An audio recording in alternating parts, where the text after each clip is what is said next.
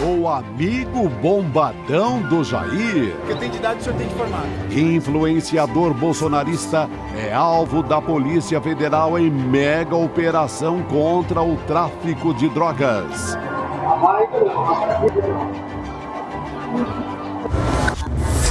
Ódio na internet. Janja responde ataque hacker no seu Twitter e a Advocacia Geral da União pede providências. Lula libera ministros para reforçar tropa governista na sabatina de Flávio Dino amanhã no Senado. Eu quero frisar que eu respeito o fato de que haverá não. Isso faz parte da vida democrática. O ICL Notícias, segunda edição, está no ar.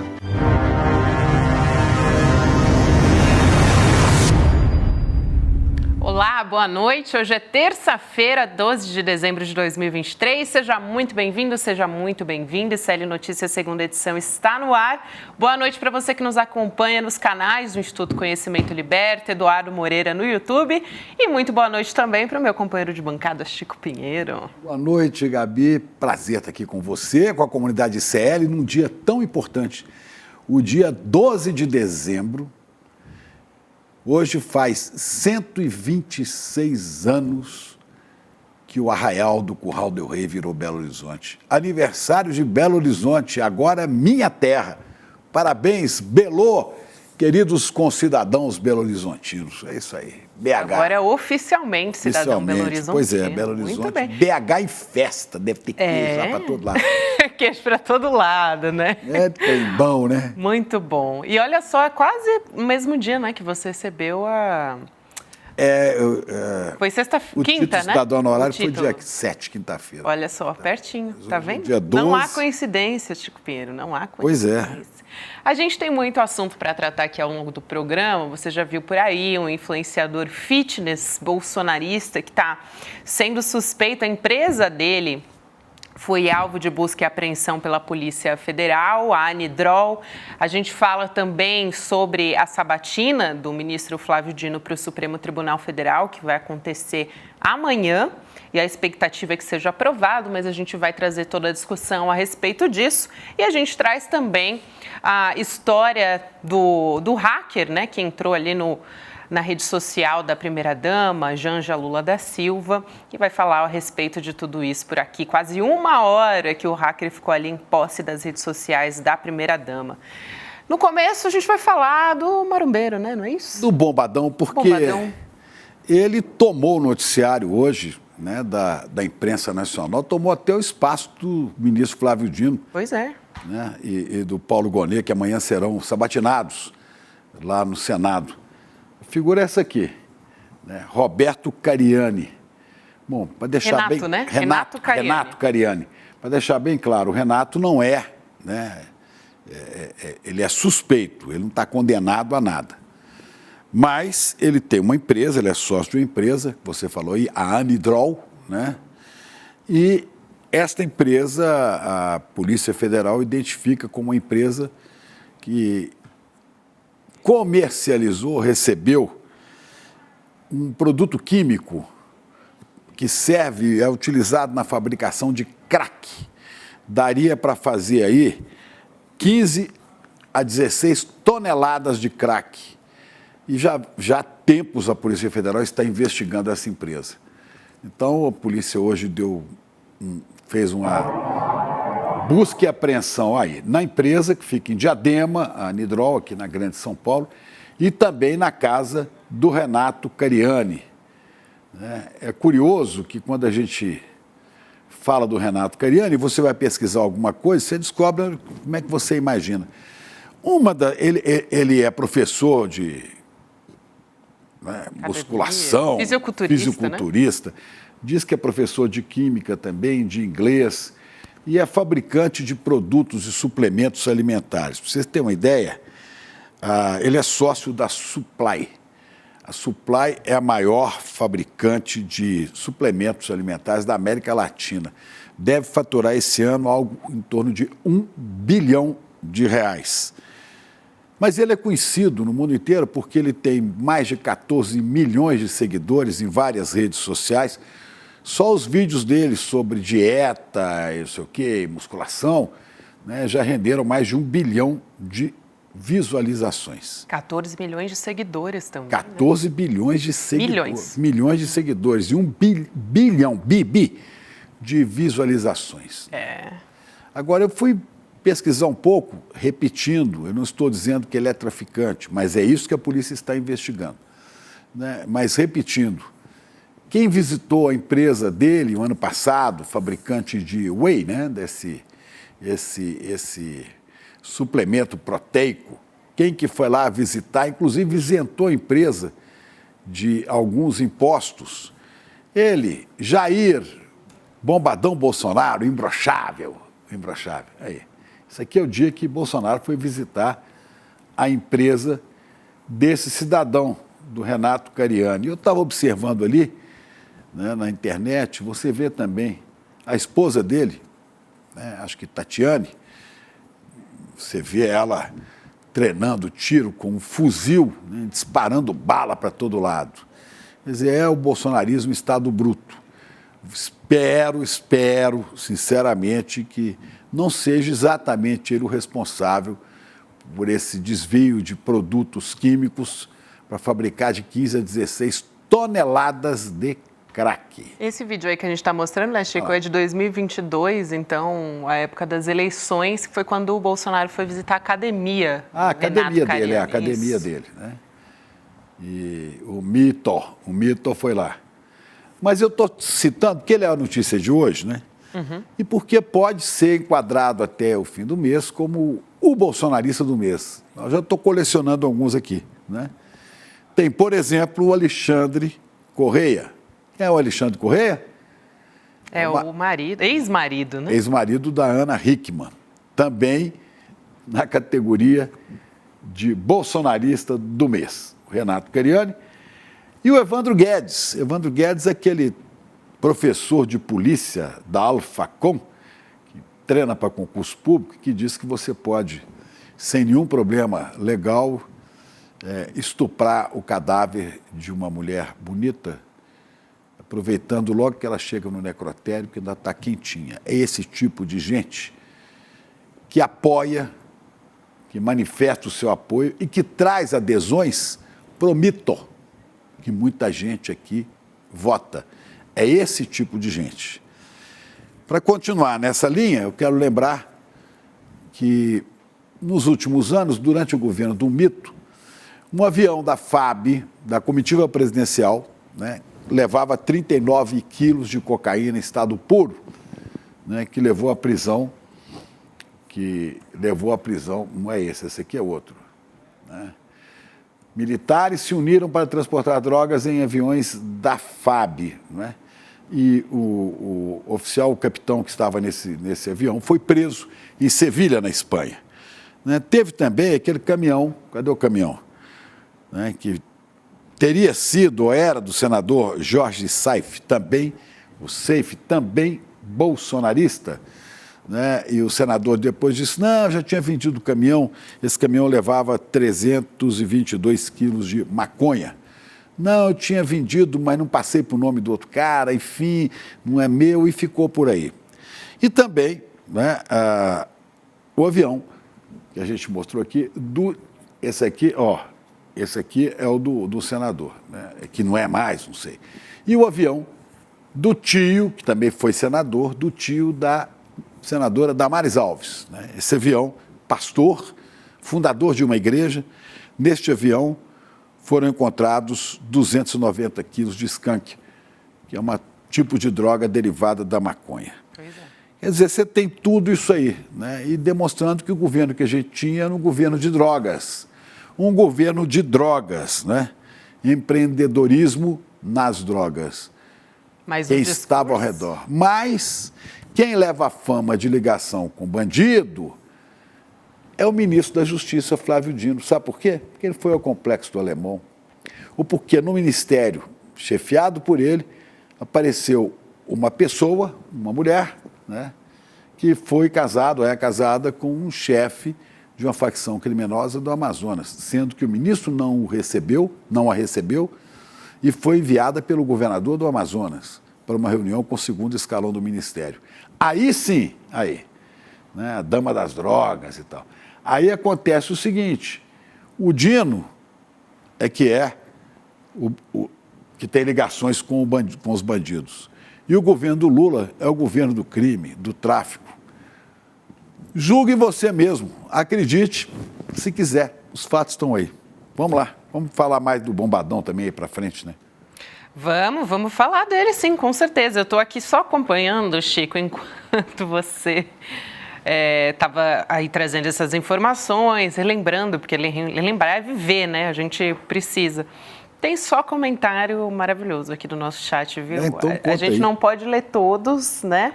Mas eu recomendo que todo mundo dê uma olhada. Agora, teve uma aqui do Sandro Rosa dizendo Whey Kraken, sabor acetona, meu Deus. Tem uns muito bons aqui.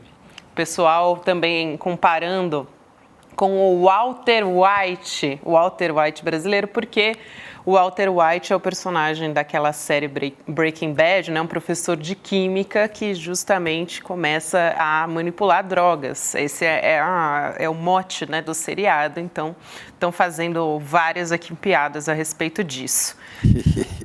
Gente, vai vir só pérola aqui, né? Porque o nosso chat não perdoa Chamando ele mesmo. até de Sugar Daddy, pois por aí vai. Por aí vai. Pois é. Vamos falar mais do Bombadão? A gente vai começar trazendo mais enroscos, né, do bolsonarismo com a justiça e a polícia. Esse influencer bolsonarista, o Renato Cariani, ele foi alvo de uma mega operação contra o tráfico de drogas, trazendo, então, mais detalhes a respeito disso que o Chico Pinheiro trouxe agora. Para resumir, essa empresa, da qual ele é sócio em Diadema, é investigada por desvio desses produtos químicos utilizados, de acordo com a Polícia Federal, na fabricação de crack, de drogas. E aí esse grupo teria desviado um material suficiente para produzir entre 12 e 16 toneladas de crack. A gente tem as imagens aí na nossa tela. E também a gente tem as relações dele com o Bolsonaro, que a gente vai trazer daqui a pouquinho, todos esses detalhes. Mas antes disso, eu vou trazer Chico Sá para conversar com a gente a respeito dessa história que já está elegantérrima aqui, dividindo a tela com a gente. Chico, boa noite, xará! Salve, salve, comunidade CL, Gabi, Chico, ô de casa, tô chegando, ô de casa. Toque, toque. Toque, toque, toque. Toque, toque. Hoje tem, né, Chico? Hoje tem. Como é que é? O sabiazinho da Polícia Federal? Como é que é o sabiazinho? Sabiá é uma mistura de sabiá com porteiro, com aquele ruído de porteiro eletrônico, né, Chico? Como é que é? Já que a gente vive... Bu, bu, bu, bu, bu, bu, bu, bu. Hoje tem. Hoje tem. Esse caso aí que vocês estão falando, meu Deus do céu, porque não se trata... A gente sempre brinca e fala... não escapa sempre é bolsonarista, sempre que pega algum caso cabeludo, com drogas, caso pesado, vai lá, o cara é eleitor de Bolsonaro. Mas aí não é só um eleitor, não estamos falando de um eleitor comum. Daquele cidadão que está nos seus direitos, pode votar no Lula, no Ciro, no Bolsonaro, em quem ele bem entender, isso não é problema nenhum, isso viva a democracia. O caso desse sujeito, do Cariani, é bem diferente. Ele é um cabo eleitoral, podemos chamar assim, um cabo eleitoral muito importante do bolsonarismo. Ele tem, com esses milhões de seguidores, né? Ele fez uma live, como estamos vendo aí o anúncio da live com o Jair Bolsonaro, assim, para milhões de eleitores. Não se trata de um fortão que ali postou, eu tô com o mito, não é só isso. Um cara, realmente um cabo eleitoral, que foi muito importante durante a campanha. Sabe, não é mais eu tô com o Bolsonaro, vamos lá, mito, não. Barra pesada, um bolsonarista na linha cabo eleitoral, um cara muito influente na eleição, muito influente no comitê bolsonarista, digamos assim. Pois é, ô Chico, só porque eu estou trazendo aqui diversos comentários e vale muito a pena, né? O nosso chat, como eu disse, não perdoa. O Sandro Rosa, eu já até li um comentário dele aqui, mas eu vou ter que ler de novo, porque ele está se superando hoje. Ele disse que o Cariani mandou uma passagem bíblica: o homem veio do pó e ao pó retornará. O Antônio Moreira diz que azedou o pote de whey, né? Lembrando aí a frase dos nossos amigos galã feios, né? Azedou o pé do frango, ele disse, azedou o pote de whey, não é mesmo? Tá. Mas olha, Chico, você falou... Sensacional. Dessa história do Bolsonaro, né, das relações dele com o Bolsonaro. A gente teve essa que a gente mostrou no começo do programa, do vídeo do Bolsonaro visitando a academia dele, do Renato. E no ano passado, o Cariani usou essa popularidade dele, como a gente disse, ele tem 14 milhões de seguidores no Instagram, por exemplo, uma comunidade fitness aí gigante, tem site oferecendo um monte de serviço relacionado a isso, uma pegada meio coach, né, do mundo fitness. E aí, para impulsionar a campanha presidencial do Bolsonaro, ele promoveu uma entrevista no podcast dele, chamado de Ironcast, quando o Bolsonaro era candidato, e aí a gente tem as imagens, né? Aí ele está academia ao fundo, né? Olha aí, ele dando a entrevista, Bolsonaro, para ele. E tem também, por exemplo, o print que ele postou quando o Bolsonaro foi ao podcast. Ele fez ali uma imagem de divulgação, né? Aí, presidente Bolsonaro, sexta-feira, né, 26, não sei das quantas, às 4 horas, ele anunciando que ia entrevistar o Bolsonaro, inclusive o presidente segue ele nas redes sociais também. O Bolsonaro tem 25 milhões de seguidores, tem uma relevância bastante grande nas redes sociais e ele segue poucas pessoas, 508 pessoas, se você for comparar com a quantidade de seguidores que ele, ex-presidente, tem, realmente é muito pequena. Uma delas é justamente o bombadão, né, o Renato Cariani, e a gente tem a imagem também. A nossa produção separou esse recorte do Bolsonaro seguindo o Cariani nas redes sociais. Quer dizer, é um apoiador, né, de Bolsonaro. Não é novidade aqui na nossa conversa. Exato, não é aquele cara que o Bolsonaro pode alegar, eu faço selfie com todo mundo. Aí eu estava lá em Juiz de Fora, alguém chegou, eu fiz a selfie. Não se trata disso, é uma pessoa muito importante, é uma estrela, digamos assim, no mundo do Bolsonaro, não é qualquer coisa. Por isso que ele o segue, por isso que ele deve estar sentindo bastante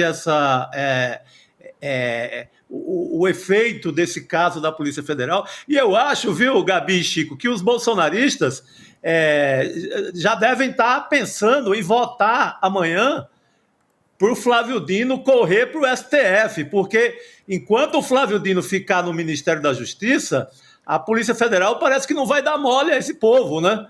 Você vê o tanto além de traficantes que tiveram contas bloqueadas, a Receita Federal também no pé de muita gente.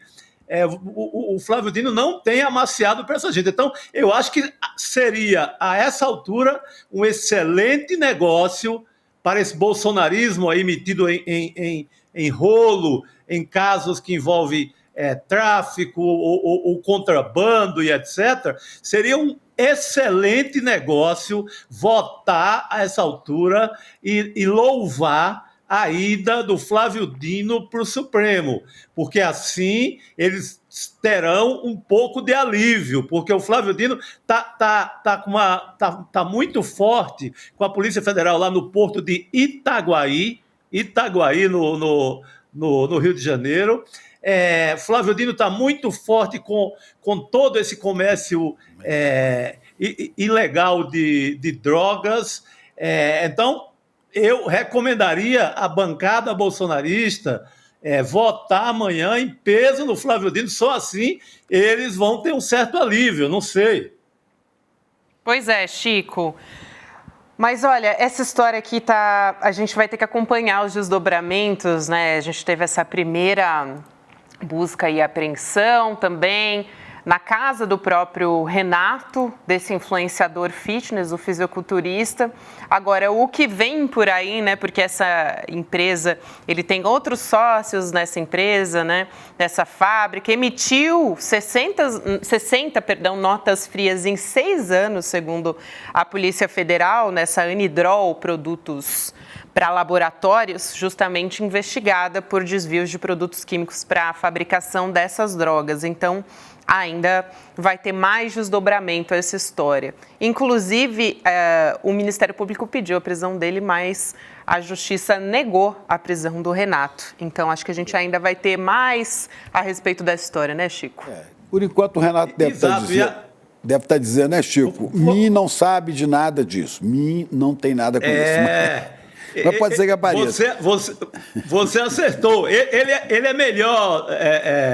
Ele é melhor em português do que o ex-juiz, mas ele negou tudo, viu, Chico? Ele falou que pode ser que os sócios, mas não ele. Mas ouvi hoje o delegado da Polícia Federal que está com essa história. Ele falou que não dá para ele aplicar esse truque, não, de que não sabia de nada. Todos os sócios sabiam de tudo. E olhe a nota irônica desse caso. A nota irônica do escândalo. Uma das empresas que eles usaram para dizer que, para justificar os negócios, foi o laboratório da AstraZeneca. Lembra aquela marca de vacina? Claro. Teria uma transação envolvendo a Anidrol e a AstraZeneca, algo em torno de R$200 mil. Tem esse registro na movimentação, a movimentação investigada pela Polícia Federal. Foi uma das que mais chamou a atenção da polícia, né, Chico, inclusive? Exatamente, Gabi. E a AstraZeneca nega que tenha negócio com eles. Então, pois é, Chico. A suspeita só aumenta, né? Chico, mas eu comecei aqui falando, né? Porque não tem muito erro. Em geral, claro que não é um preconceito, mas em geral, quando eu encontro esses caras bombadões com essa cara, né, você vai ver seguidor do mito, né? Tudo meio mito, esse pessoal. Mas tem aí, esse mês, teve aquele professor necrófilo, aquele professor que recomendava, dizia que os seus alunos podiam transar com cadáver, né? Tem o marido da Ana Hickman. A gente tem a arte, né, dos bolsonaristas do mês, inclusive. Tem, olha, não tem muito erro, né? Agora, a hora que você olha, mas por que é esse pessoal que segue o Bolsonaro, né? Que coisa. Exatamente, muito boa a arte aí, são os funcionários do mês, né? Igual que tem lá na McDonald's, né? Funcionário do mês. Exatamente. Talvez, Chico, eles sempre falam num discurso de tem que ter liberdade, o Supremo está tirando a liberdade, mas liberdade para cometer crimes, pelo visto, né? A liberdade que eles querem é para cometer crimes. Isso e são crimes muito bizarros, né? Sabe? São crimes muito pesados normalmente. Tem sempre essa pegada de coach ali, né? De ensinar alguma coisa. Você pega mesmo esse agora da Anidrol, o Renato Cariani.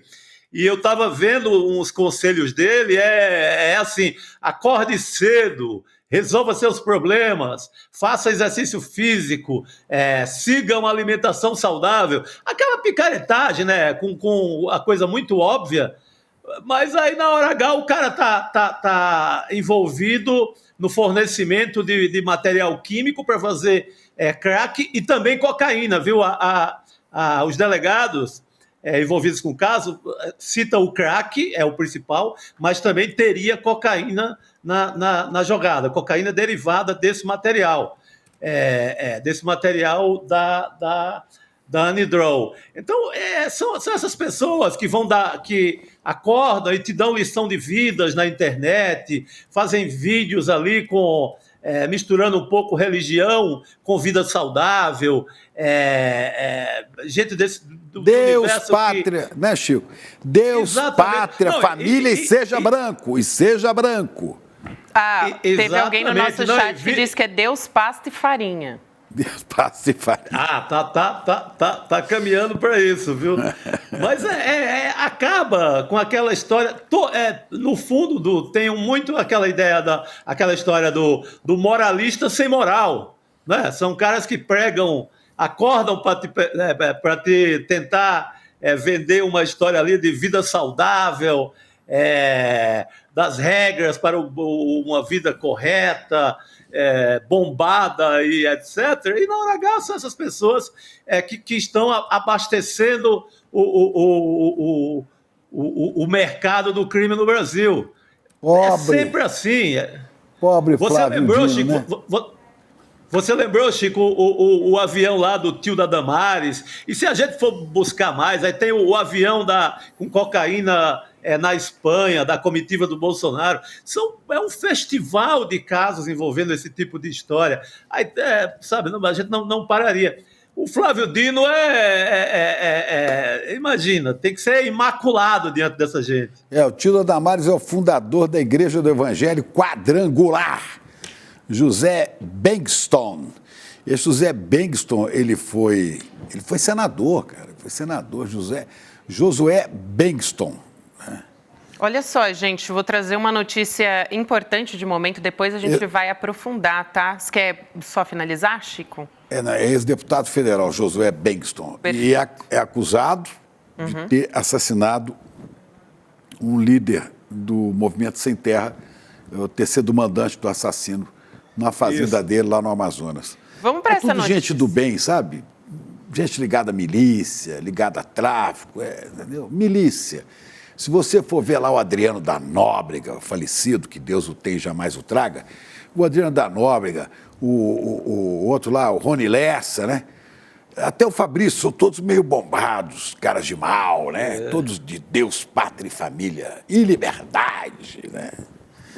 Notícia que acaba de chegar aqui, a apuração da Bela Megali do jornal O Globo. A polícia cumpre, nesse momento, 4 mandados de busca e apreensão nessa investigação que está apurando esse ataque contra as redes sociais da primeira-dama, a Janja Lula da Silva. A gente vai trazer mais detalhes a respeito disso com a Cristina Serra, ainda no ICL Notícias, segunda edição. Daqui a pouquinho a gente vai falar a respeito disso. Esses mandados que foram expedidos pelo Supremo Tribunal Federal estão sendo cumpridos em Minas Gerais. Daqui a pouco a gente volta nesse assunto. A gente começou a falar também a respeito do ministro Flávio Dino, né, Chico? Está chegando aí, a gente está quase na boca da sabatina no Senado. Do ministro da Justiça, Flávio Dino. Hoje ele esteve no Senado, inclusive, e falou o que espera dessa votação que vai acontecer amanhã. Vamos assistir esse vídeo? Algo não oficial? Oficial e presencial nenhum. Arrisco votar, ministro. Mas, claro, eu quero frisar que eu respeito o fato de que haverá não. Isso faz parte da vida democrática. Então, pode ter uma dezena, pode ter mais, pode ter menos, isso vai alterar o principal, que é manter uma atitude necessária de respeitar o Senado nesse momento, é o que eu tenho feito. A qualidade do som não deu para entender tão bem, então, para quem não conseguiu entender, eu vou até traduzir aqui o que falou o ministro Flávio Dino. Ele falou assim: oficial e presencial, não. Quero frisar que respeito o fato de que haverá nãos, faz parte da vida democrática. Pode ter uma dezena, pode ter mais, pode ter menos, isso não vai alterar o principal, que é manter uma atitude necessária de respeitar o Senado neste momento. É o que eu tenho feito. Só lembrando, ontem, Chico, a gente conversava com o Cacai a respeito disso, ele tem falado diretamente com os senadores e ele já projetou um placar de votos de 52 a favor do ministro Flávio Dino. Ele precisa de 41 votos em plenário para ser, então, aprovado como ministro do Supremo. Pois é, pode até crescer esse número, viu, Xará? Porque tem gente aí que está disposta a votar contra o Dino, mas que tem a vida muito encrencada, não sabe? Então, a hora que o sujeito perceber que o Dino vai ser levado mesmo para o Supremo, ele fala assim, é melhor votar no Dino, que ele vai ser juiz de muita coisa aí para frente, eu não quero ficar mal com ele, né? Então, pode ser que até aumente, né? É melhor votar no homem do que depois eu tô lá de réu, ele vai se lembrar do meu voto Então é melhor eu comprar uma garantia aqui nessa eleição do que me submeter depois como aquele cara famoso por fazer um discurso contra o Dino no Senado. Esse é o melhor caminho. Não, se o Cacai falou, o Cacai conhece os bastidores de Brasília, conhece os bastidores da Justiça, do Congresso. Se o Cacai falou, eu carimbo, rubrico em 2 vias e mando aprovar, porque o Cacai conhece muito o mundo brasileiro. Eu acho que sim, vai ser aprovado. Não deveria sequer haver qualquer dúvida. É um cara tem saber jurídico de sobra, foi juiz por 12 anos, conhece o Ministério Público, tem lastro acadêmico para isso, tem doutorado lá pela Universidade Federal de Pernambuco, que tem acho que a primeira faculdade de Direito do Brasil, lá da UFPE. Governador por 2 vezes, conhece o funcionamento da política, da justiça, da relação política justiça, conhece o mundo conhece muito em demasiado o mundo das prisões no Brasil, enfrentou crises lá como no presídio de Pedrinhas, lá como governador do Maranhão. Olha, o que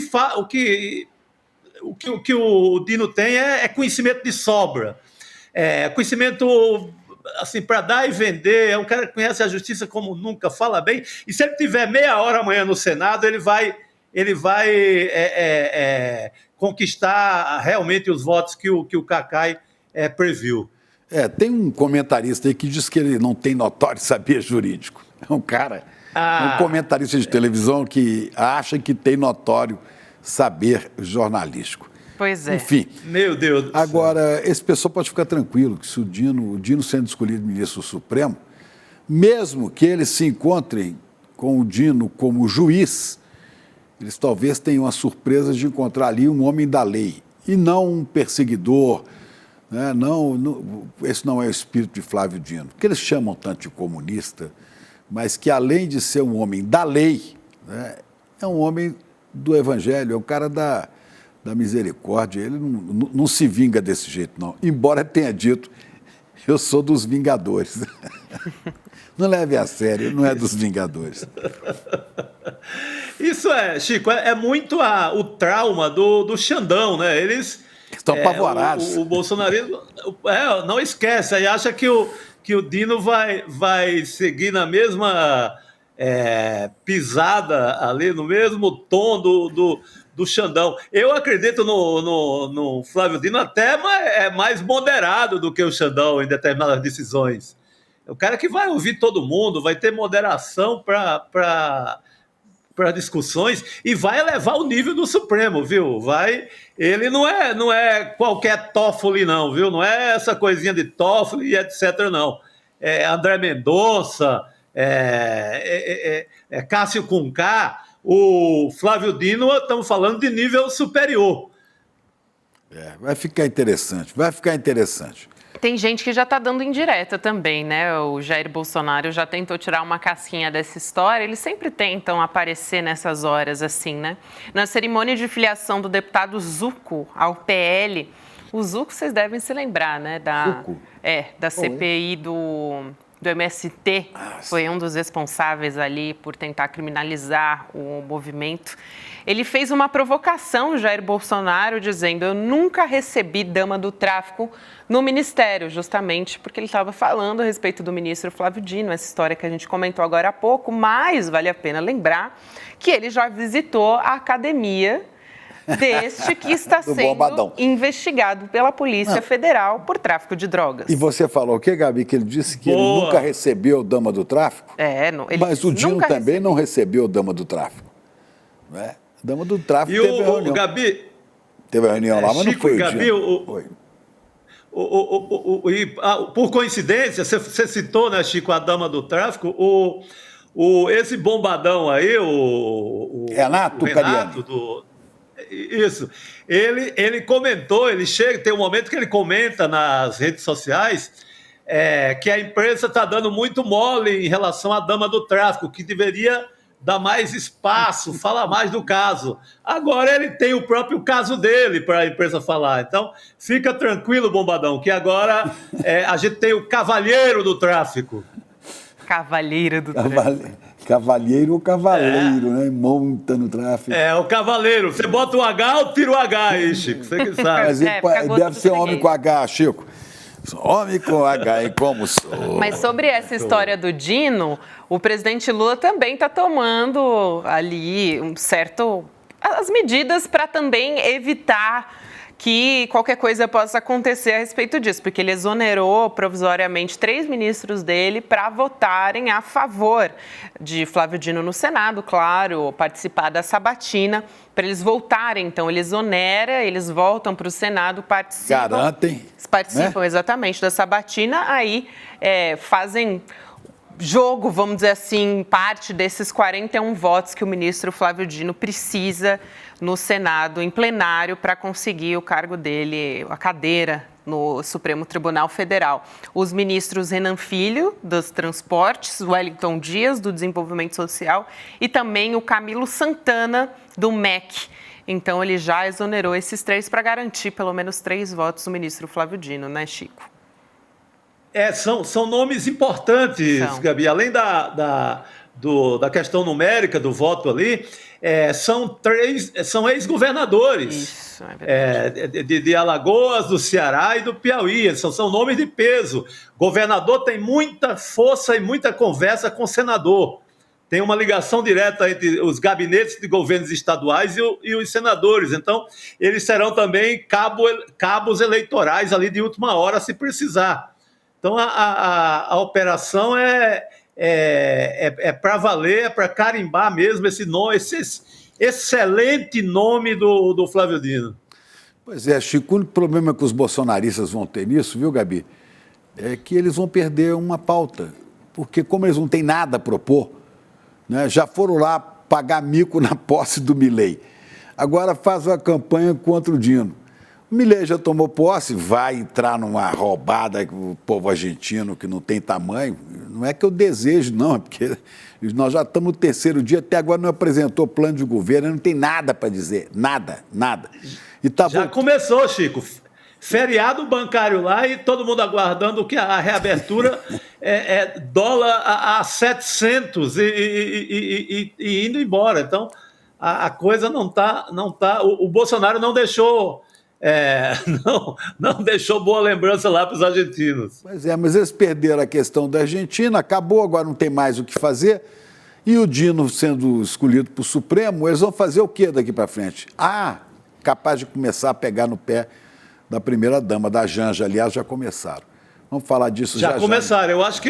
Eu acho que o novo alvo, o novo alvo preferencial vai ser a Janja, com toda aquela misoginia, com toda aquela covardia de atacar as mulheres, da forma que ela foi atacada ontem no X, né, lá no ex-Twitter. No Twitter. Eu acho que vai ser... Isso. No eu acho que você acertou. Eu acho que o próximo alvo será a Janja, porque já começou. Porque não tem nada para fazer, né?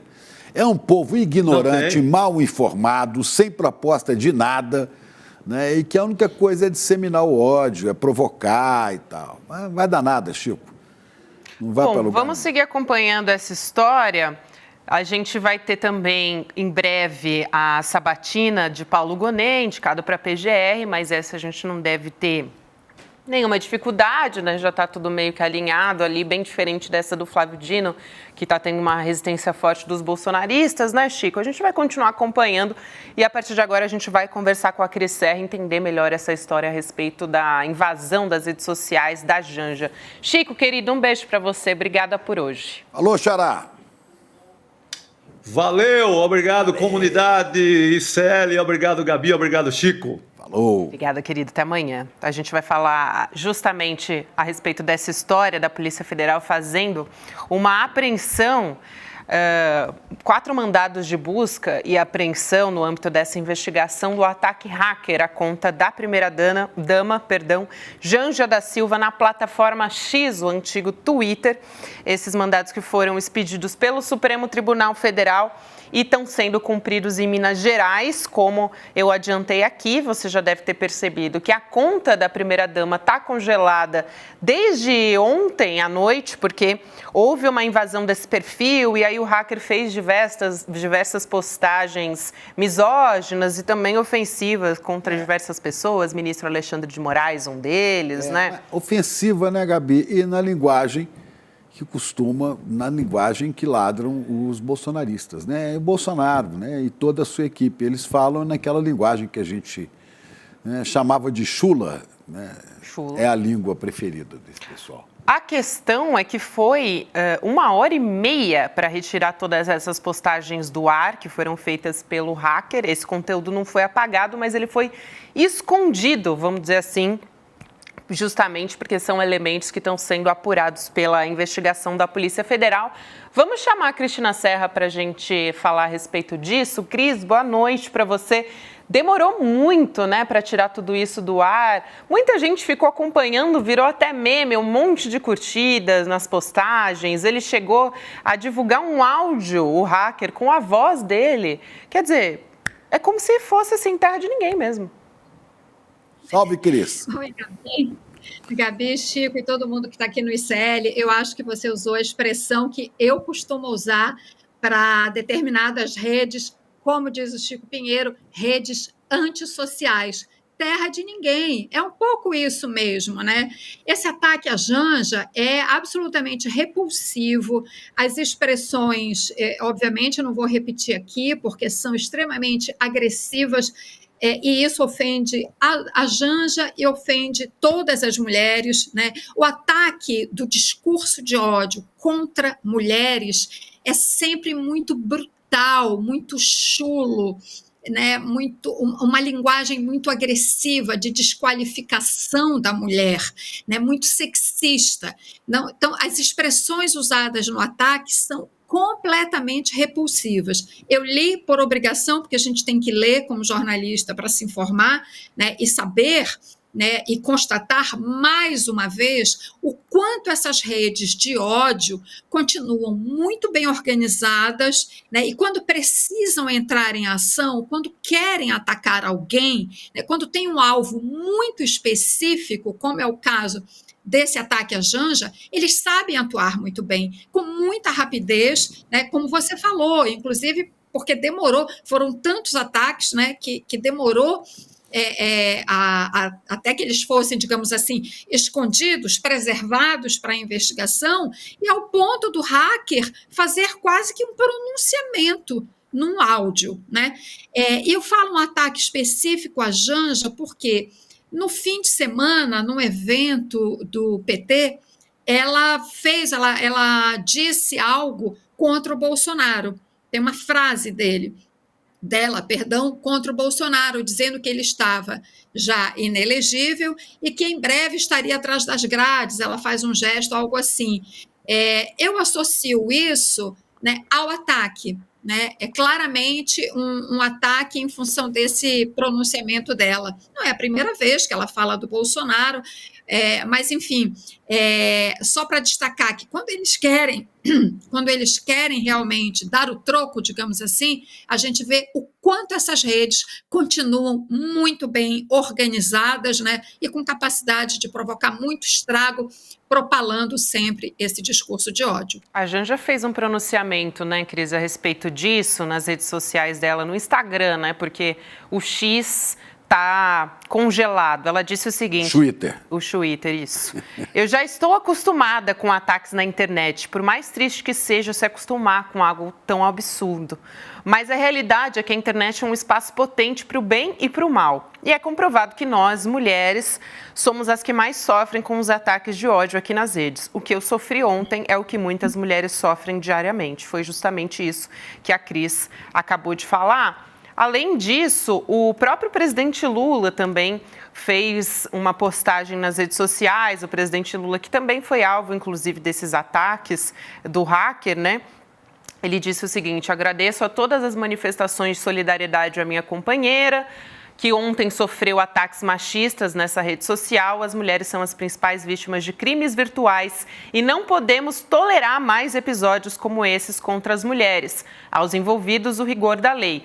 Para Janja, todo o meu amor e companheirismo para enfrentar a misoginia e o preconceito. E depois, inclusive, a gente tem alguns trechos, uns prints do perfil da Janja fazendo esses ataques contra o ministro Alexandre de Moraes, dizendo que ele era bandido, que ele ia sofrer impeachment. Tinha também a Janja falando a respeito do presidente Lula, como eu disse, e dizendo que ela traía ele com um jogador de futebol. Neymar. Quer dizer... Neymar. Completamente misógino, os Mas olha, mas eles sempre tratam assim, Gabi. É isso. O Bolsonaro sempre tratou as mulheres assim, você sabe, como jornalista. Como é que ele tratava jornalistas? Ele vira para uma colega nossa da Folha de São Paulo, acho que é a Juliana Dalpiva, Foi ela para quem ele falou, não, que você queria dar o furo. Foi a Patrícia Campos Melo. Você queria mesmo dar o furo, com duplo sentido. Aí, aquela claque de idiotas, de ignorantes, aplaude. O mito, ela queria dar o furo. Quer dizer, eles são misóginos, eles são baixos, eles são mal educados, eles são ridículos, ridículos. Imaginar que a gente teve esta droga, esta droga legalizada por 4 anos. A questão é que os bolsonaristas, eu acho, eles usam essas redes sociais, a gente já sabe que esse é o modus operandi, que eles agem dessa forma, e a gente tem uma lentidão dessa plataforma de rede digital que não, como que não responde a contento? Quer dizer, a rede social da primeira-dama, uma das autoridades máximas do país, Mas ela se alimenta disso, Gabi? A rede social, o Twitter, por exemplo, lá do Elon Musk, o Twitter se alimenta disso. Quanto mais barulho der, mais confusão, ele não quer saber se está ofendendo, se está cometendo crime. Não, ele quer isso porque isso aumenta a movimentação e o faturamento deles. Nós estamos entregues a esse tipo de coisa, infelizmente. É esse tipo de coisa que leva o Trump à presidência dos Estados Unidos, com aquele cara lá, esqueci o nome dele agora, lá o influencer americano lá, que se meteu na eleição do Trump, no Brexit, Esqueci o nome. Bannon. O Steve Bannon, pois é. E são esses caras que elegem Viktor Orbán, que elegeram Milei.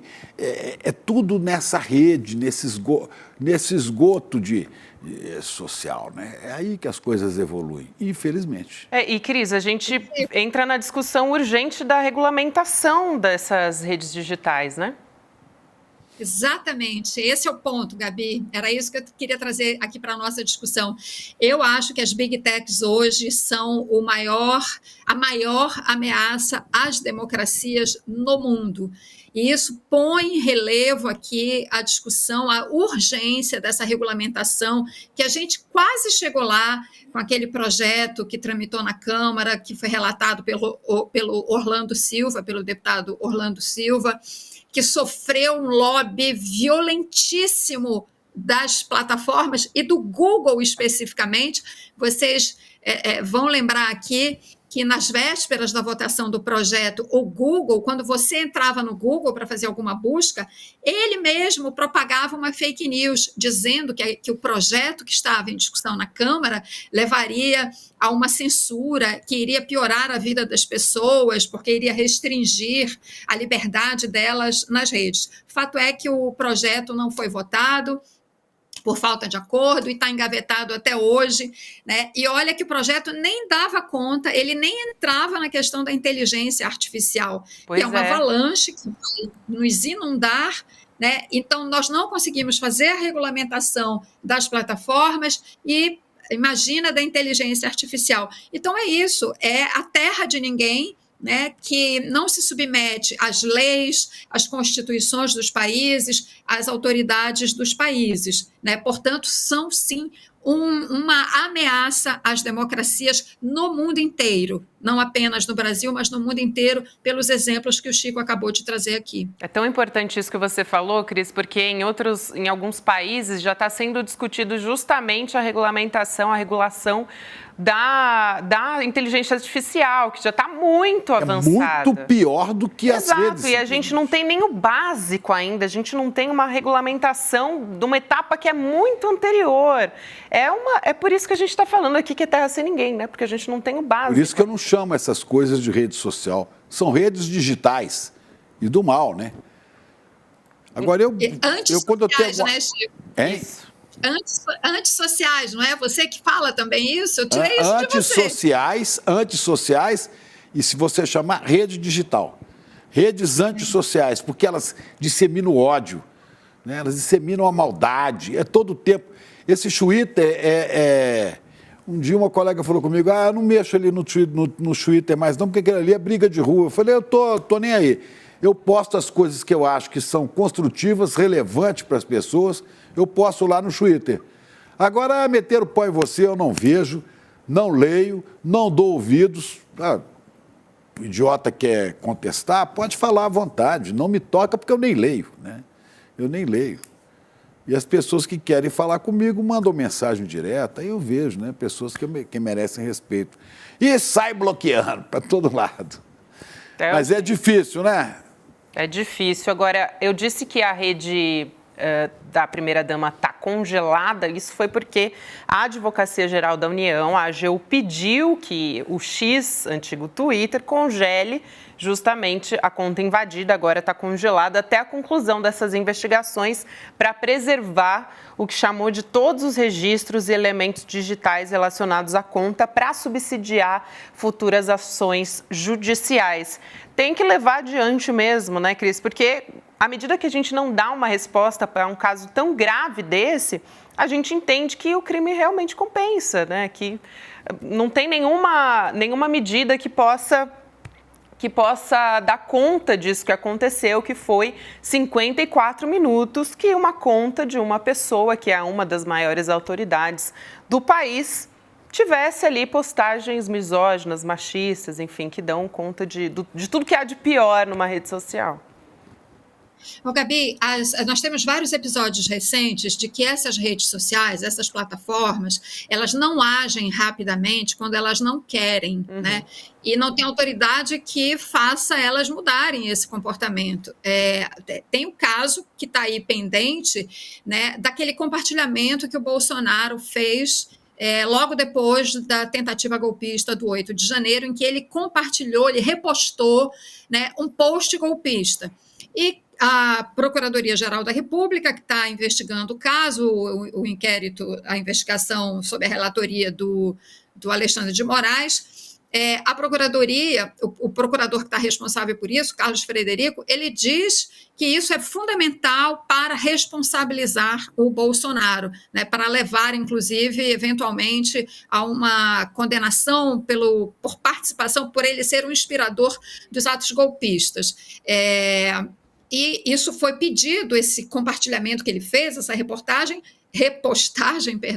foi pedida para determinada plataforma, não tenho certeza agora, não lembro exatamente qual é, acho que é o X, ou o Twitter, como diz o Chico, e até hoje isso não foi entregue para as autoridades brasileiras. Não foi entregue. Alegam lá um problema técnico, uma questão técnica qualquer, que não é verdade, né? É possível, sim, as plataformas têm todo o aparato tecnológico suficiente para recuperar essa postagem e entregá-la às autoridades. Não fazem porque não querem se submeter às leis e às constituições dos países. Por isso, voltamos ao ponto central dessa nossa discussão, da ameaça que elas representam à estabilidade institucional dos países, à democracia e tudo mais.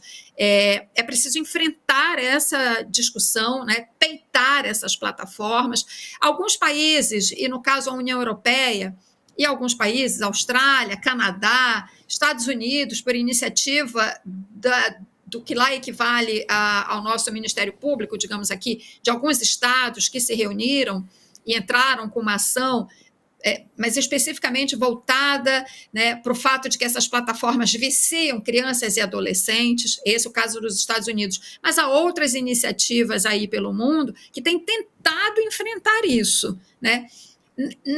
Nenhuma delas dá conta completamente do problema, mas são iniciativas. Aqui no Brasil, nós estamos completamente parados, né, inertes diante desses monstros digitais, digamos assim, né? E isso é um perigo muito grande para a gente.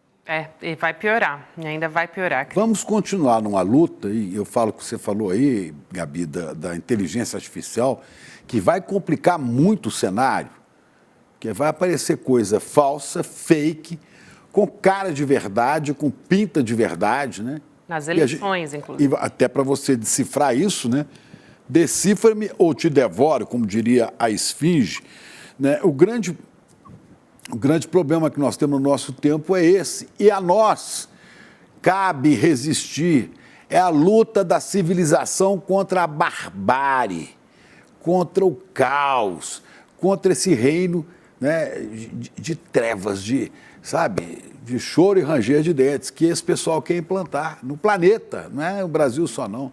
Então a barbárie avança, né, a grosseria, os instintos mais primitivos do ser humano. Temos que lutar pelo avanço da civilização. Não vai ser fácil, não, mas vamos seguir na luta.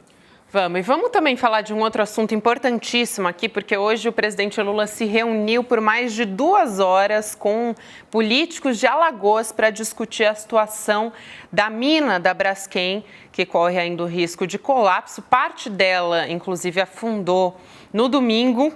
Participaram dessa reunião 2 arqui-inimigos políticos, os senadores Renan Calheiros e o presidente da Câmara dos Deputados, Arthur Lira. Segundo o ministro Rui Costa, que é da Casa Civil, foi definido um pacto para deixar a política de lado em benefício da população. E o ponto de discórdia era a CPI da Braskem no Senado. Segundo o jornal Globo, Lula e o governo articularam contra e Renan Calheiros a favor de que essa CPI seja instalada, mas o fato é que a CPI deve ser instalada amanhã, às 9 horas da manhã. Cris, a gente sempre tem tentado aqui contextualizar essa história, né, que tem uma rivalidade política muito forte, e claro que também o presidente Lula, a gente falou a respeito disso mais cedo também, porque a gente conversou sobre a Braskem, o Lula também não quer provocar tão diretamente, incomodar Arthur Lira, porque precisa dele para fazer o jogo político ali no Congresso também, tem toda essa história, né? Gabi, essa disputa política entre os dois maiores grupos políticos alagoanos hoje em dia é uma disputa de sucupira, sabe? E o presidente Lula, com todos os problemas que ele tem para resolver, para encarar nesse país, ter que administrar essa disputa é isso, é uma coisa bizarra, nonsense, sabe? Porque é administrar uma briga política que faria inveja à sucupira de Odorico Paraguaçu, sabe? É realmente lamentável isso, mas, enfim, é a realidade política brasileira, né? O Renan conseguiu o que ele queria, que é a instalação da CPI. Ele usa a CPI para a disputa política com o grupo de Arthur Lira, que tem como um dos integrantes do grupo o prefeito de Maceió, João Henrique Caldas, que é ligado a Lira, e Renan Calheiros, o grupo dele tem o governo do estado, né? Governador Paulo Dantas. Ano que vem tem eleição municipal, o prefeito atual é candidato à reeleição e os Calheiros têm outro candidato à reeleição. Portanto, é por isso que eu fiz essa comparação com Sucupira, porque é uma disputa de poder local, mas com impactos e reverberações na política nacional, na medida em que nós temos Arthur Lira no poderosíssimo cargo de presidente da Câmara dos Deputados, com o poder de dar andamento ou travar a pauta econômica e toda a pauta de interesse do governo Lula, que não é pequena, né? O país, a pauta econômica da maior importância. Diga, Chico. E a pauta de interesse não só do governo Lula, de interesse do Brasil. Agora estão travando porque o presidente demorou a liberar as emendas, o din-din deles, né? Chantagem atrás de chantagem, de centrão, né? Sustentado e sustentando Arthur Lira.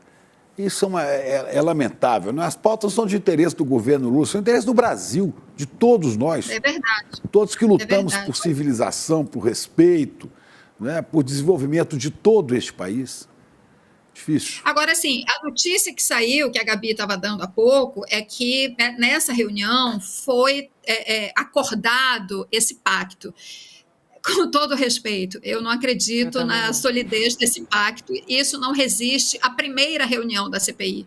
Quando houver a primeira reunião, né, e que essa disputa política ficar clara e que forem chamadas pessoas para, enfim, darem seus depoimentos e, dependendo do que elas falarem, se prejudicar um ou outro grupo político desses que estão em disputa, esse pacto se dissolve na hora. Isso é vento, isso é só uma frase para...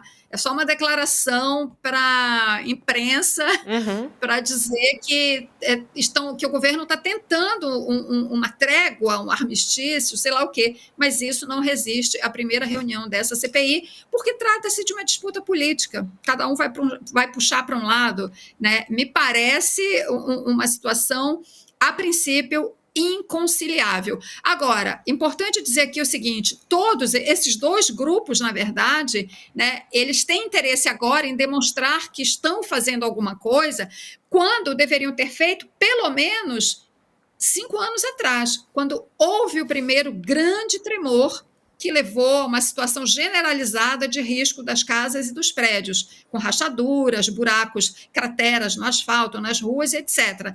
Lá atrás, o governador era o Renan Filho, né? Que, até onde eu sei, eu gostaria muito de saber quais as providências que ele, como governador, tomou em 2018, quando ele era governador.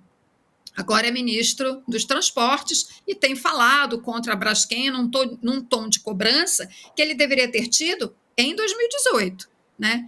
E, da mesma forma, o grupo de Lira não tem do que se vangloriar, porque o prefeito atual, João Henrique Caldas, fez um acordo com a Braskem de 1,7 bilhão de reais, que é absolutamente vergonhoso. Vergonhoso. Ele entrega à Braskem o patrimônio público municipal das áreas afetadas. Entrega. A Braskem, que já era dona das propriedades das pessoas, das casas e dos apartamentos, porque as pessoas fizeram acordo para receber a sua indenização, em troca, davam à Braskem a propriedade do imóvel. Então, além dela já ter, ela vinha, nesses anos todos, fechando os acordos e tornando-se dona dos imóveis particulares. Pelo acordo com a prefeitura, ela passa a ser dona também do patrimônio público municipal. 5 bairros.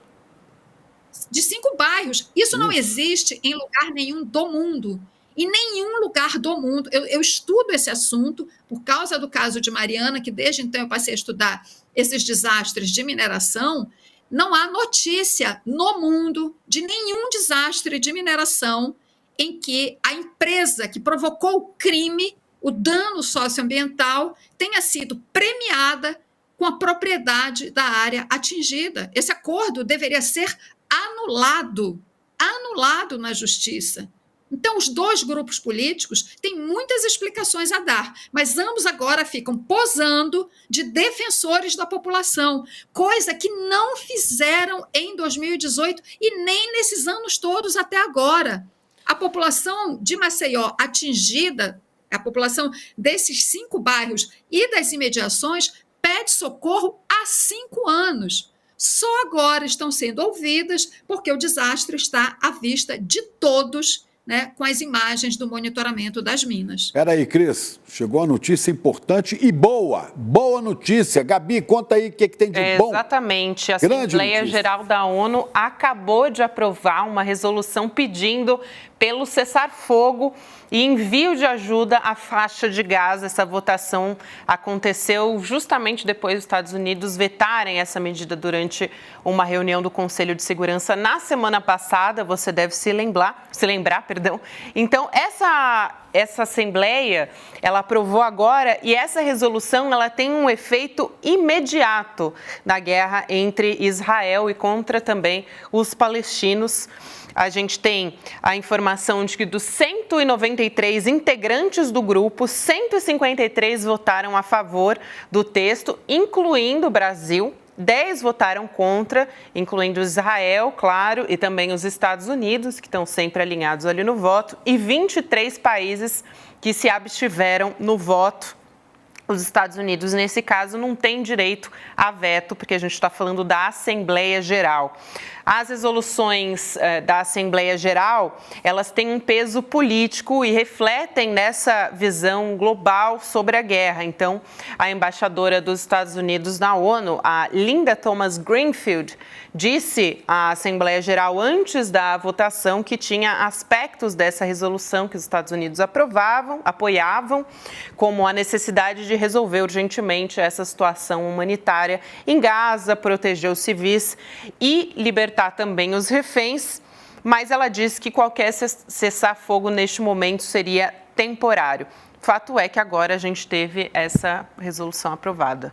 Olha, Gabi, e eu estou vendo aqui no G1, né, que antes da votação na ONU, o presidente dos Estados Unidos, Joe Biden, disse que um evento de arrecadação de fundos para sua campanha de reeleição do ano que vem, que Israel estava perdendo apoio internacional por causa dos bombardeios indiscriminados.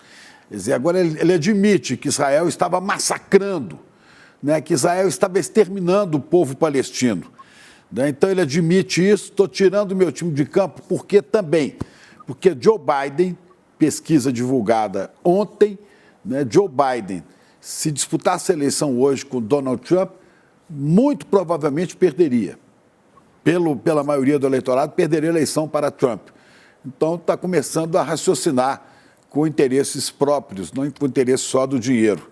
Vamos ver, né, Cris, se vai ter um efeito prático, porque a gente está vendo um efeito político da aprovação dessa resolução agora. Está pedindo, inclusive, a libertação imediata dos reféns mantidos pelo Hamas, mas, pelo menos nessa reportagem que acabou de sair no G1, a gente não fala dos presos palestinos, então a gente não tem ainda os detalhes se de fato vai ser cumprido o direito internacional nesse caso. Curioso, viu, Gabi? É isso mesmo que você falou. Só fala que exige libertação dos reféns mantidos pelo Hamas.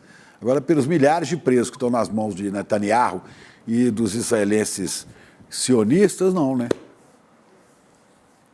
Se vocês me permitem um rápido comentário, eu diria que a frase do Biden deve ser mais preocupante para o governo israelense do que a decisão da Assembleia Geral da ONU. Primeiro que a decisão da Assembleia Geral não é mandatória, né? É diferente de uma resolução no Conselho de Segurança. São status diferentes, né, de obrigação que essas resoluções impõem. A do Conselho seria obrigatória, por isso a disputa lá é muito mais difícil e há o direito de veto, etc.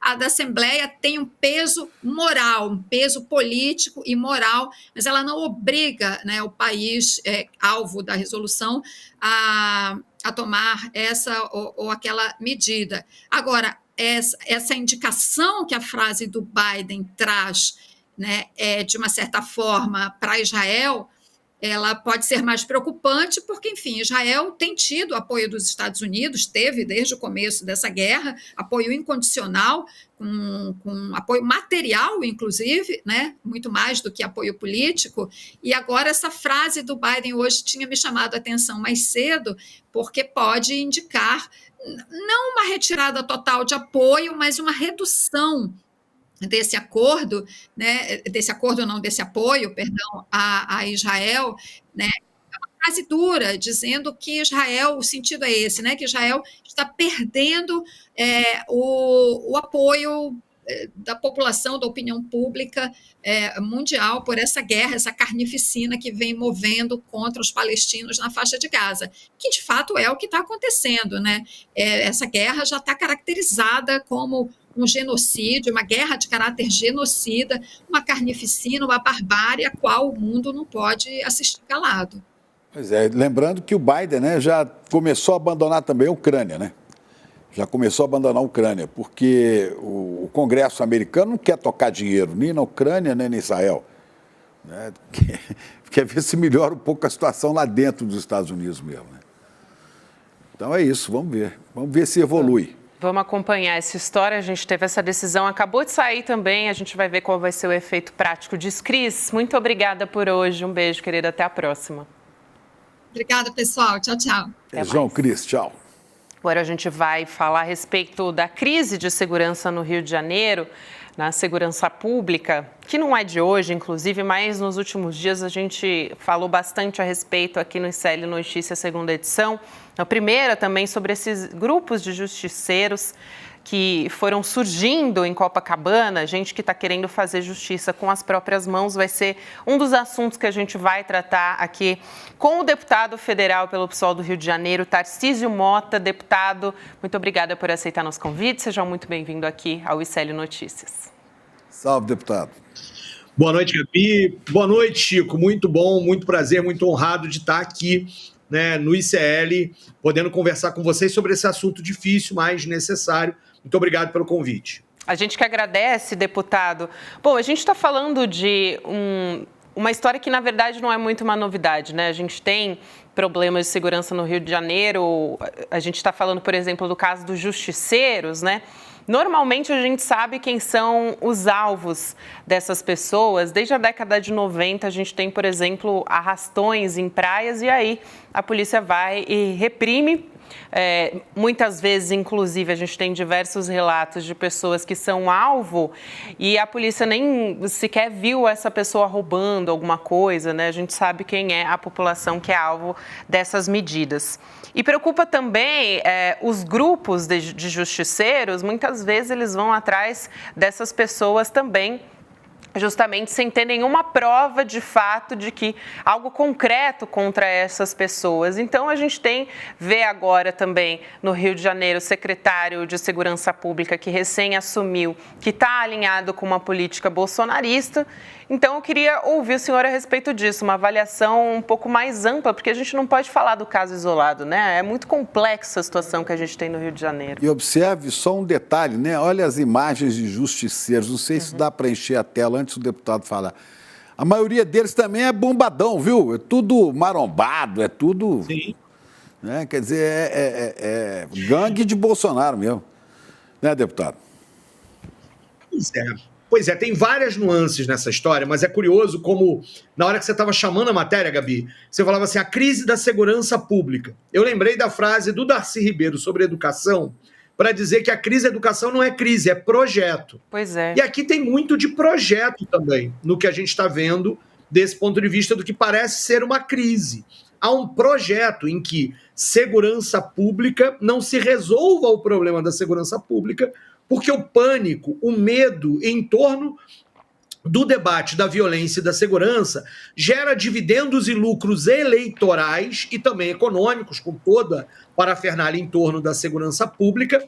E como você não resolve o problema da segurança pública no Rio de Janeiro, uma das consequências é o surgimento intermitente desses grupos que confundem propositalmente, porque eles acham isso mesmo, não é a mera confusão, justiça com vingança, e aí vão fazer esses justiçamentos nessas questões, que no Rio de Janeiro a gente dá o nome de grupo de extermínio, milícia. É aí que vai chegar esse tipo de política, quando algum cidadão, inclusive orientado por essa lógica armamentista, por essa lógica política do ódio, resolve fazer justiça com as próprias mãos. Isso, na verdade, é o empoderamento de determinados grupos que estão movidos pela lógica do ódio e da violência e vão seguir num processo de criminalização da juventude pobre e negra que, inclusive, nos cenários que a gente vê, é isso, são pessoas que estão dentro, muitas vezes, eu não quero criminalizar todo mundo que faz artes marciais, lutas, etc., mas o Chico Pinheiro já mostrou pra gente, é um perfil, inclusive, que indica essa situação e que nessa lógica de uma ideologia que prega o ódio, a violência, né? Que prega muitas vezes a falência do Estado, que acha que tudo que o Estado faz não resolve, né? E ao mesmo tempo, quando essa mesma galera chega ao poder, prega menos Estado, né? Menos capacidade do Estado intervir nas questões. E aí isso é um barril de pólvora que leva a esse processo de segregação, de violência, de preconceito, de criminalização. Ah, Tarcísio, mas não tem lá a situação do arrastão, do furto de celular, do furto de carro? Claro que tem, né? É claro que tem, ele existe. Agora, o problema é que tudo isso que a gente está vendo, essas cenas, elas não resolvem o problema e elas criam um sem número de problemas além desse que elas dizem querer resolver. É a falsa saída fácil para um problema complexo. Ela demonstra, na verdade, uma falência completa da política de segurança do Rio de Janeiro.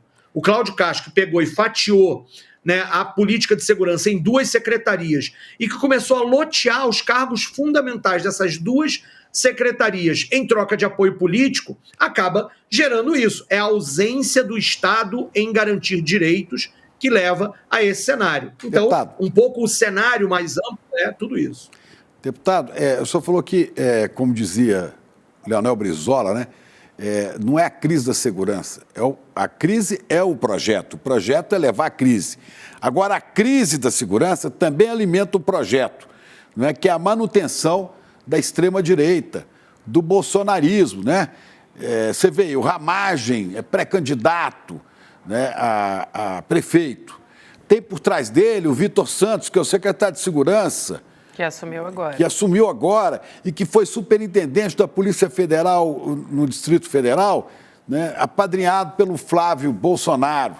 Né? Isso tudo no governo do Cláudio Castro, que estava agora com o Milei e com o Bolsonaro, o Bozo lá na Argentina. Quer dizer, será que tudo isso aí não é um projeto para segurar ainda o que resta de bolsonarismo e de extrema-direita no Rio de Janeiro, que é grande, né, velho? Não é fácil a extrema-direita no Rio.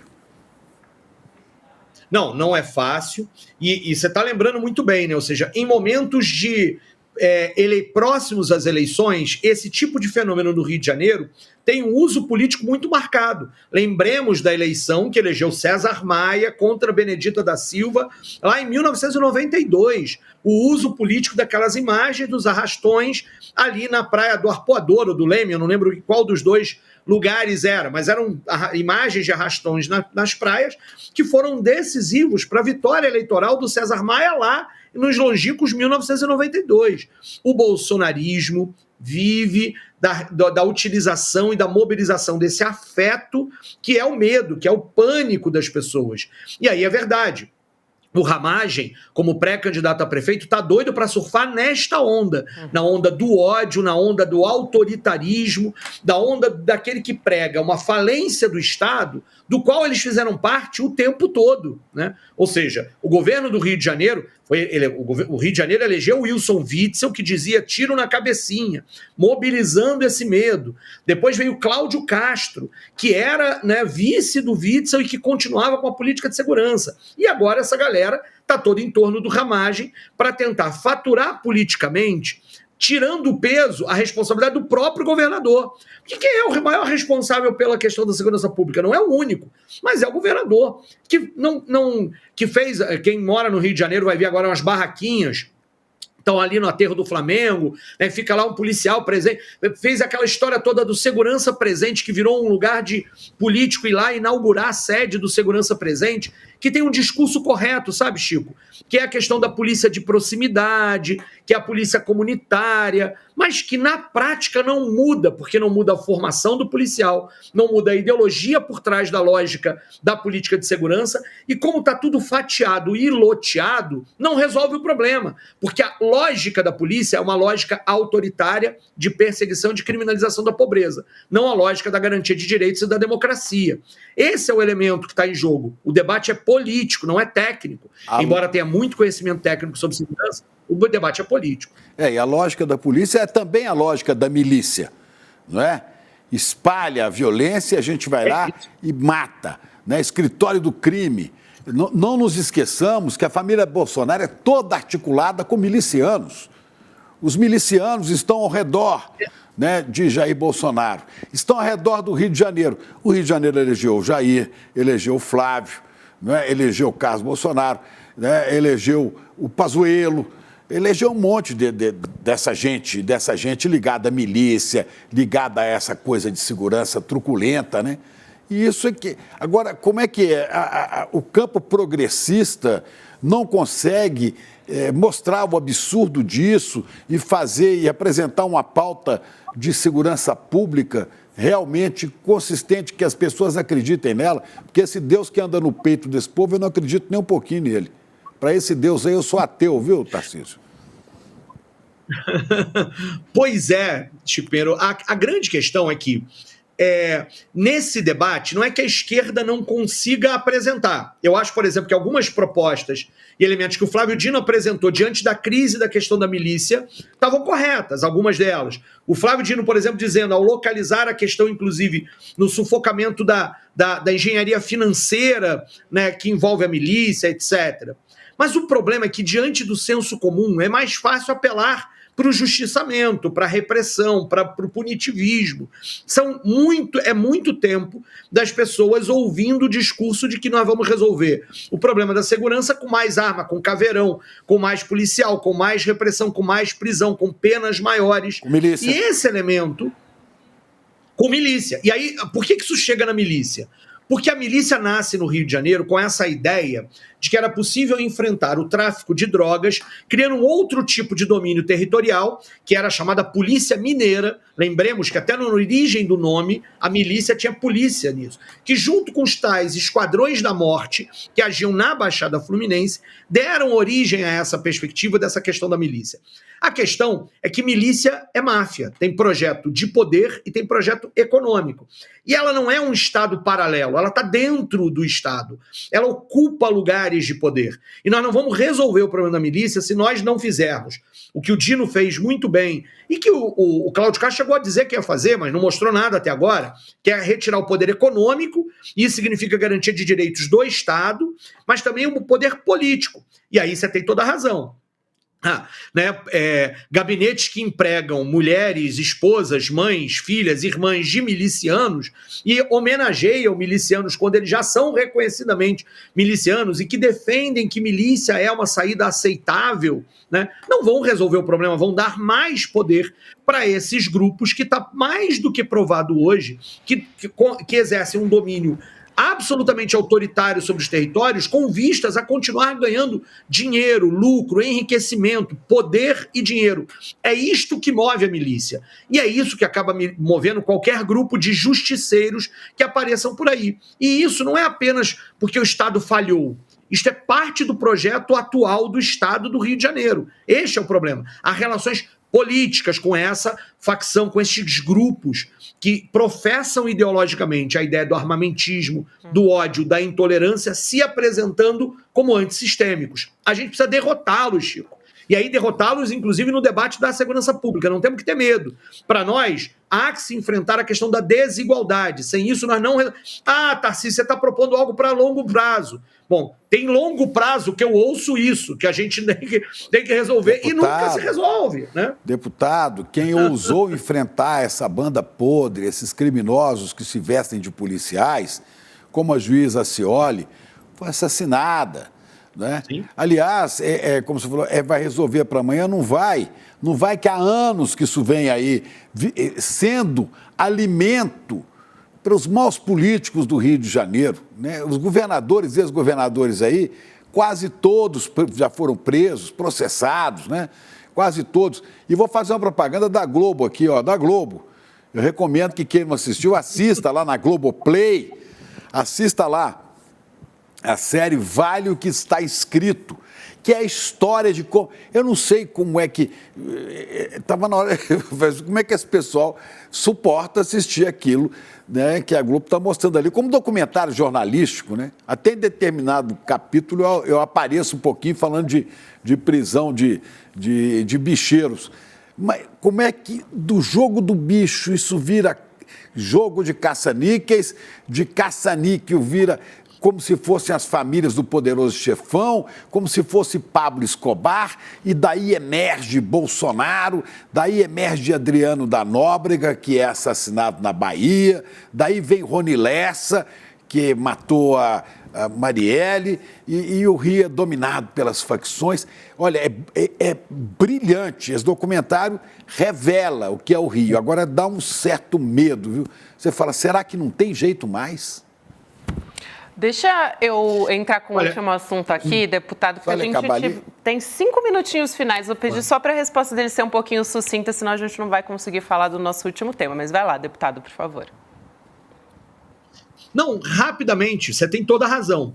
O meu medo com aquele documentário é que parte da população esteja tornando os bicheiros heróis, né? Esteja numa lógica de glamorização. Porque é isso, tem que saber ler nas entrelinhas para entender as relações políticas e os crimes que essas pessoas cometeram. Mas o documentário é absolutamente brilhante, eu assisti e vale a pena, é importante.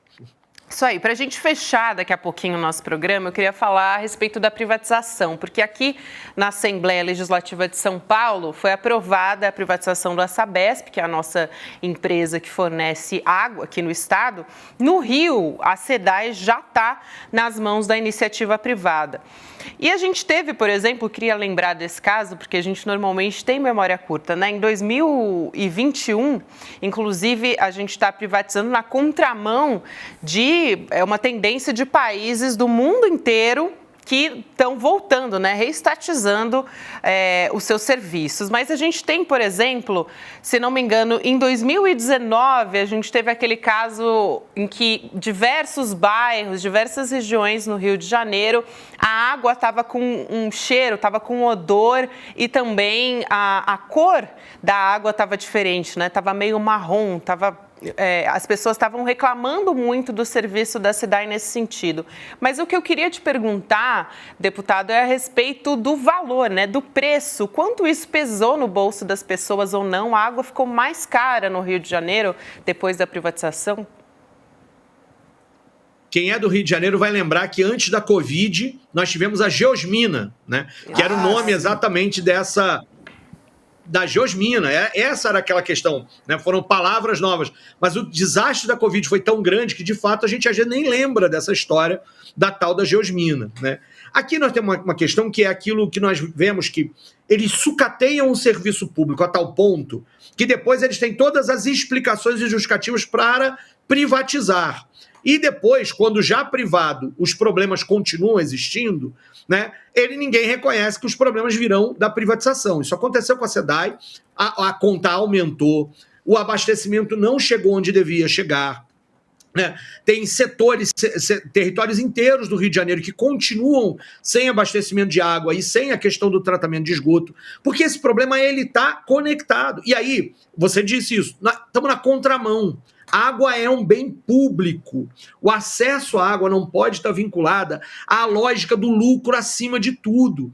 E o problema é que mesmo quando estava do ponto de vista do Estado do Rio de Janeiro, também eram as áreas que podiam pagar aquelas que tinham acesso com mais frequência à água potável e ao tratamento de esgoto, na lógica toda do saneamento. O absurdo do Rio de Janeiro é que a Baixada Fluminense está do lado do Guandu e falta água mais do que na zona sul do Rio de Janeiro, que está muito mais distante. Essa é a lógica da desigualdade da sociedade brasileira que está colocada aqui. E por isso nós dizíamos, e mais, o Cláudio Castro disse que o dinheiro da SEDAI ia resolver uma série de problemas. Não resolveu nada, ele gastou tudo na campanha e você continua com onde era para ter obra não tem, ou o dinheiro foi para lugar que ele dizia que não foi, e as coisas não aconteceram e foi tudo gasto no processo da campanha eleitoral, em obras, não estou dizendo que ali houve corrupção, etc., não há provas sobre isso, mas em obras que tinham resultado eleitoreiro. E agora a SEDAI, contas mais caras, continuamos com os setores mais pobres sem acesso à água e sem que o Estado brasileiro tenha uma política definida, o Estado do Rio de Janeiro, para direcionamento, inclusive, da política da questão da água e do saneamento, com, inclusive, o lucro que a SEDAI dava, tal qual a Sabesp. A SEDAI era, inclusive, lucrativa. E a decisão e a soberania de onde aplica esse dinheiro deveria caber à sociedade, devia ser publicamente. Mas não, resolveram privatizar, não resolveram nenhum problema e o lucro ficou acima da vida. E tudo aquilo que a gente tinha que fazer para evitar a Geosmina não foi feito, mas aí eu já minha resposta ia se alongar longamente. Quando eu fui candidato a governador em 2014 e 2018, A gente discutia sobre recuperação de nascentes, sobre a questão do tratamento que deve ser feito à água. É um outro debate que, infelizmente, eu adoraria fazer aqui no ICL, mas vai ser numa outra vez. É isso, deputado. Fica para uma outra oportunidade. De qualquer forma, parece que a gente não aprendeu muito com o exemplo do Rio de Janeiro e nem com outros países do mundo aqui, como a gente ressaltou, né? Eu acho até que a cidade de São Paulo rejeita essa privatização da Sabesp, né? Porque não apoia o Tarcísio, o seu xará. Tem Tarcísio do Bem e o outro. Tem o Tarcísio do Bem que está aqui conosco e tem o outro. Pois é, agora eu tenho que ficar me explicando que Tarcísio eu sou. Pois não, E não pode nem dizer o Tarcísio carioca, porque a São Paulo também é. É verdade, é verdade. Pois é. Deputado, muito obrigada pela sua presença aqui, por aceitar nosso convite. Numa próxima oportunidade a gente continua esse debate, que é muito interessante também. Até uma próxima. Obrigada. Até uma próxima. Muito obrigado. Boa noite, deputado. A gente tem um recado final ainda a respeito de uma aula com o Eduardo Marinho. Você está vendo aí na sua tela, Indignação como Filosofia de Vida. Vai ser no dia 17 de dezembro, às 8 horas da noite. Vai ser no domingo, então, ainda nessa semana, mas para você participar dessa aula, que vai ser uma conversa entre o Eduardo Moreira, o nosso Edu, e o Eduardo Marinho, que largou as benesses de uma vida confortável que ele tinha para morar nas ruas. Ele conta o que ele aprendeu com toda essa experiência, traz essa reflexão para a gente. Você tem que fazer a sua inscrição. Então, se inscrevendo em icl.com.br/N2, você está vendo aqui na nossa tarde, você garante a vaga para poder participar desse encontro que vai ser no dia 17, domingo, às 8 horas da noite. E agora tem Sinapse ICL, então você continua por aqui com a gente para acompanhar essa entrevista da Robertinha Garcia com a Paty Durães, pesquisadora de cultura alimentar, ou seja, culturas alimentares, porque são diversas culturas. Muito interessante. Boa noite, então, Chico Pinheiro. Amanhã a gente está de volta, né? Amanhã estaremos de volta, na luta. Ainda está na metade, nem na metade ainda, né? A gente amanhã tá quase viremos na metade. Suaves na nave. Suaves na nave. A gente espera, né? Se der tudo certo. É isso, ó. Fica a distância aí, ó. Tá. Até amanhã, gente. Boa noite. Põe na agenda que esse vale a pena. 17 de dezembro, domingo, às 8 horas da noite, Eduardo Marinho, filósofo das ruas, sucesso da internet, das redes sociais por suas reflexões e textos, vai dar uma aula para o Instituto Conhecimento Liberta. Para você participar dessa aula ao vivo e que não tem replay, clique no link aqui em cima ou aqui embaixo e se inscreve agora, gratuitamente. A gente se vê lá.